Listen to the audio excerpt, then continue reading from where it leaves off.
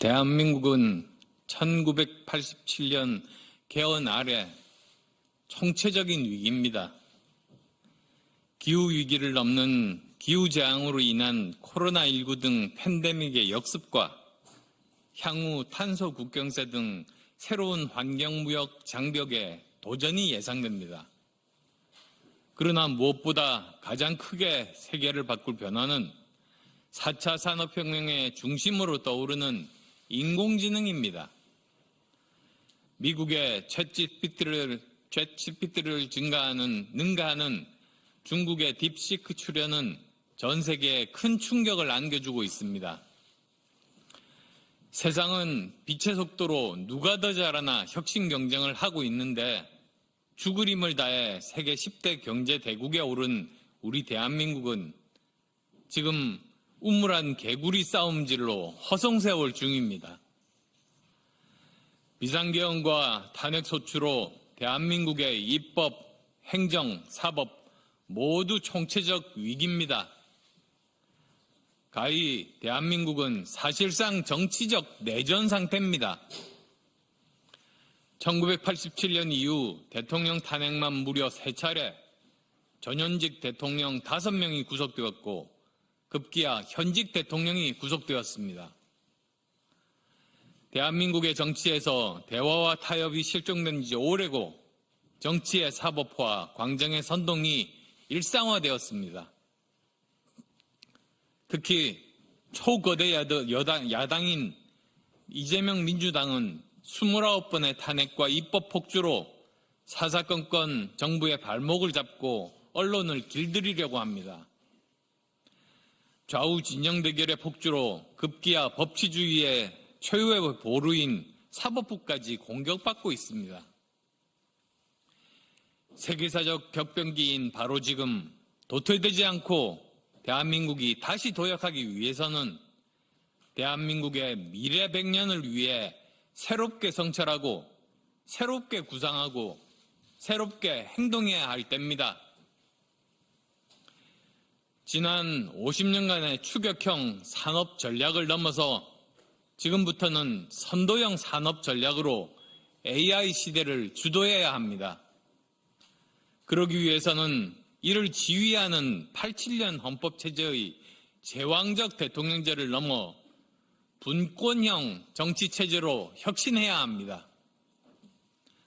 개도국 시대를 넘어 10대 경제 대국에 걸맞게 국민의 기본권을 폭넓게 보장하는 등 대한민국의 새로운 미래를 위해 시스템을 바꿔야 합니다. 이를 위해서는 개헌을 통해 대한민국을 리빌딩해야 합니다. 여야 정치권은 국가의 명운을 걸고 개헌에 임해야 합니다. 대한민국의 이정표인 자유민주주의 헌법과 법치주의에 근거하여 새로운 시대상을 반영한 개헌 논의에 착수해야 합니다. 이재명 대표를 포함한 여야 정치권에 제안합니다. 지방선거가 치러질 2026년 6월 지자체 선거와 함께 개헌을 위한 국민투표를 약속합시다.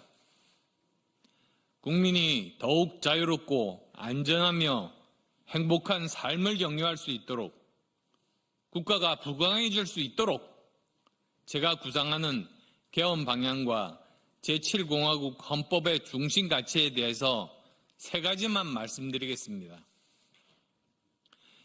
첫째, 제왕적 대통령제를 분권형으로 개헌해야 합니다.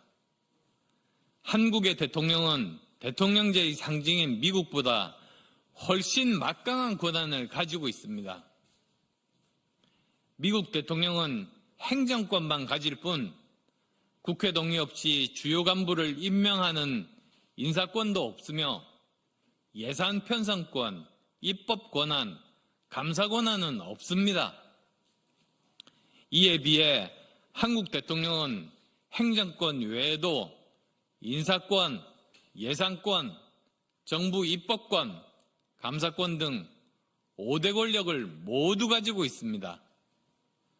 한마디로 대한민국 대통령은 미국 대통령과 달리 이름만 같을 뿐이지 사실상 임기 5년의 왕과 다를 바가 없습니다. 절대 권력은 견제받지 않다 보니 부패와 권한 남용으로 이어졌습니다. 자, 그렇다고 내각제나 이원집정부제는 분단 현실의 한국에 맞지 않다는 생각입니다. 내각제로 의회 다수당이 행정권까지 가져가게 된다면 지금의 192석의 야당이 행정 권한까지, 대통령까지 가게 된다면 어떻게 되겠습니까? 총리의 권한이 지금 현재 제왕적인 대통령보다 훨씬 더 막강해집니다. 이원집정부제도 대통령과 총리가 다른 당이라면 아마도 지금 윤석열 대통령과 이재명 총리가 되겠죠. 그럼 서로 싸우느라고 국정 운영이 불가할 겁니다.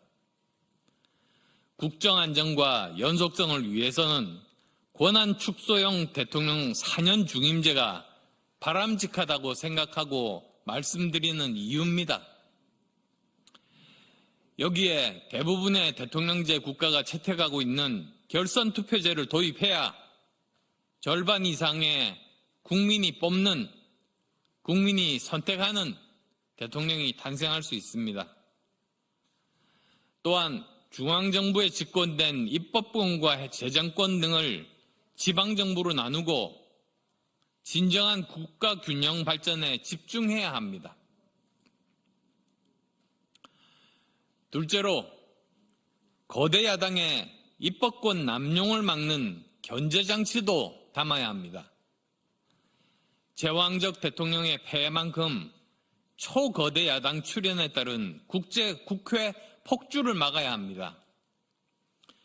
과대한 입법 권력으로 법을 일방적으로 통과시키면 물론이며 행정부의 장관, 검사, 감사원장, 사법부의 판사까지 탄핵하면서 자유민주주의의 가장 중심 원칙인 상권 분립을 흔드는 것은 잘못된 것입니다. 윤석열 정부 및 권한대행 하에서 민주당의 입법 폭주에 따른 대통령의 거부권 행사 무려 35차례입니다. 공직자의 탄핵 소추에 무분별한 악용도 심각합니다. 대통령과 총리까지 총 29명을 탄핵시켰습니다. 불과 2년 반 조금 넘은 사이에 생긴 일들입니다. 위법 행위도 분명하지 않은 이재명 수사검사 탄핵과 임기를 갓 시작한 공직자를 탄핵하는 등 초거대 야당 이재명 민주당의 정치 폭거는 대한민국 자유민주주의를 파괴하고 있습니다. 장관과 공직자의 탄핵 소추의 요건과 절차를 세분화해서 권한 남용을 막아야 합니다. 국회의 입법권 남용이 상권 분립의 균형을 깨지 않도록 헌법에 명문화해야 합니다. 셋째, 세계적 격변기에 걸맞게 국민의 기본권을 새롭게 설계해야 합니다. 헌법은 국민의 기본권으로 시작됩니다. 헌법은 중요한 순서대로 그 항목들이 기술되어 있습니다. 따라서 개헌의 중심은 무엇보다도 먼저 국민이어야 합니다. 대한민국은 10대 경제강국이 되었으며 지금의 국내외적 도전에 대응해서 국가의 책임과 목표를 새롭게 설계해야 합니다. 그러나 87년 헌법체제는 거의 40년 전 이러한 기술이 전혀 존재하지도 않을 때 만든 것이라 이러한 변화가 전혀 반영되어 있지 않습니다. 경제, 복지, 환경, 인권, 평화 등 인간의 삶의 질을 높이는 요소들을 포함해야 합니다.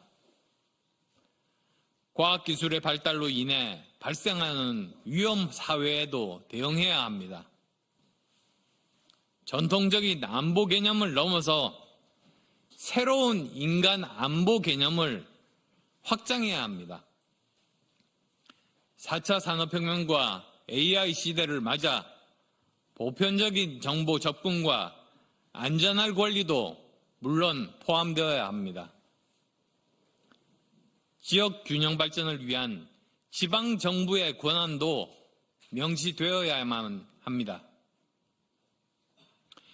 존경하는 국민 여러분, 대한민국의 지속 가능한 발전과 생존을 위해 개헌은 더 이상 미룰 수 없습니다.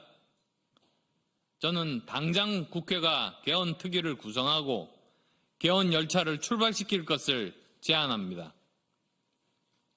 하지만 개헌만으로는 정치개혁을 완성할 수 없습니다. 개헌과 동시에 선거법을 바꾸어야 합니다. 그래서 승자독식 국회의원 소선거구제를 바꾸지 않으면 반쪽 개혁에 불과합니다. 현행 소선거구제는 국민의 의사를 반영하지 못하고 편가르기와 혐오 정치와 당리당략의 전쟁 토양을 제공하고 국민을 분열시키고 있기 때문입니다. 소선거구제에서 당선자가 받은 표를 제외하고는 모두 사표가 됩니다. 22대 총선 생각해 보십시오.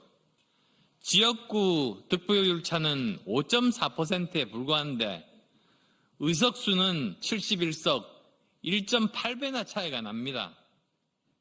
사표, 즉 민심을 반영하지 못하는 비율이 절반 이상에 달합니다. 이처럼 득표율과 의석 비율의 괴리가 크기에, 즉 국민 민심의 지도와 국회의원 구성의 지도가 다르기 때문에 국민은 국회를 신뢰하지 않는 민주주의의 위기가 초래된 겁니다. 대한민국의 지속가능한 정치를 위해서는 민심을 그대로 의석으로 담아내는, 그래서 사표를 최소화하는 선거제, 정치 다당제가 가능한 선거제를 도입해야 합니다. 대안은 바로 도농복합형 중대선거구제 또는 독일형 연동형 비례제입니다. 선거제도의 개혁은 기득권의 저항을 피할 수 없습니다. 소선거구제의 가장 큰 수혜자인 민주당 또한 개혁에 소극적입니다. 그러나 눈앞의 이익을 넘어 국가 100년 대계를 생각한다면, 우리나라의 미래를 생각한다면 정말 진지하게 성찰해드리기를 부탁드립니다. 존경하는 국민 여러분께서도 나라의 미래를 위해 한마음으로 힘을 지금까지처럼 계속 모아주시기를 부탁드립니다. 여야 정치권에도 다시 한번 촉구합니다. 총체적 위기의 대한민국을 새롭게 리빌딩해야 할 때입니다. 바로 지금이 제2의 과학기술 입국으로 대한민국을 다시 한번 위대한 대한민국으로 새롭게 도약시킬 역사상 마지막 기회라는 점을 명심해야 합니다. 위기일수록 우리는 저력을 발휘해서 용수철처럼 튀어올랐습니다. 지금 대한민국의 새로운 희망을 만들어야 합니다. 개헌과 선거제 개헌이 바로 그 첫걸음입니다. 고맙습니다.